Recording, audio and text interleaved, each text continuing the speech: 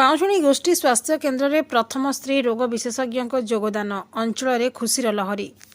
ବୌଦ୍ଧ block ଅନ୍ତର୍ଗତ ବାଉଁଶୁଣୀ ଅଞ୍ଚଳବାସୀଙ୍କ ଦୀର୍ଘଦିନର ପ୍ରତୀକ୍ଷାର ଅନ୍ତ ଘଟିଛି। ବାଉଁଶୁଣୀ ଗୋଷ୍ଠୀ ସ୍ୱାସ୍ଥ୍ୟ କେନ୍ଦ୍ରରେ ପ୍ରଥମ ଥର ପାଇଁ ସ୍ତ୍ରୀ ଓ ପ୍ରସୂତି ରୋଗ ବିଶେଷଜ୍ଞ ଭାବେ ଡାକ୍ତର ପଲ୍ଲବୀ ପ୍ରଧାନ କାର୍ଯ୍ୟରେ ଯୋଗ ଦେଇଛନ୍ତି। ତାଙ୍କର ଏହି ଯୋଗଦାନ ପରେ ସ୍ଥାନୀୟ ଅଞ୍ଚଳରେ ଉତ୍ସାହ ଓ ଖୁସିର ପରିବେଶ ଦେଖିବାକୁ ମିଳିଛି। ସମସ୍ୟାର ହେବ ସମାଧାନ ବାଉଁଶୁଣୀ ସ୍ୱାସ୍ଥ୍ୟ କେନ୍ଦ୍ର ଉପରେ ଆଖପାଖ ପ୍ରାୟ 12ଟି ପଞ୍ଚାୟତର ଜନସାଧାରଣ ନିର୍ଭର କରିଥାନ୍ତି। ପୂର୍ବରୁ ବିଶେଷଜ୍ଞଙ୍କ ଅଭାବ ଯୋଗୁଁ ମହିଳାମାନେ ଉପଯୁକ୍ତ ଚିକିତ୍ସା ପାଇଁ ବୌଦ୍ଧ କିମ୍ବା ସୋନପୁର ଡାକ୍ତରଖାନା ଉପରେ ନିର୍ଭର କରୁଥିଲେ। ଜରୁରୀକାଳୀନ ପ୍ରସୂତି ସେବା ପାଇଁ ଦୂର ସହରକୁ ଯିବାକୁ ପଡ଼ୁଥିଲା, ଯାହା ଅତ୍ୟନ୍ତ କଷ୍ଟକର ଥିଲା। ଏ ସମ୍ପର୍କରେ ଗଣମାଧ୍ୟମରେ ବାରମ୍ବାର ଖବର ପ୍ରକାଶ ପାଇବା ପରେ ପ୍ରଶାସନ ପକ୍ଷରୁ ଏହି ଗୁରୁତ୍ୱପୂର୍ଣ୍ଣ ପଦକ୍ଷେପ ନିଆଯାଇଛି। ଆଜି ଡାକ୍ତର ପ୍ରଧାନ କାର୍ଯ୍ୟରେ ଯୋଗଦେବା ଅବସରରେ ଅଞ୍ଚଳବାସୀ ତାଙ୍କୁ ସ୍ୱାଗତ କରିବା ସହ ଶୁଭେଚ୍ଛା ଜଣାଇଛନ୍ତି।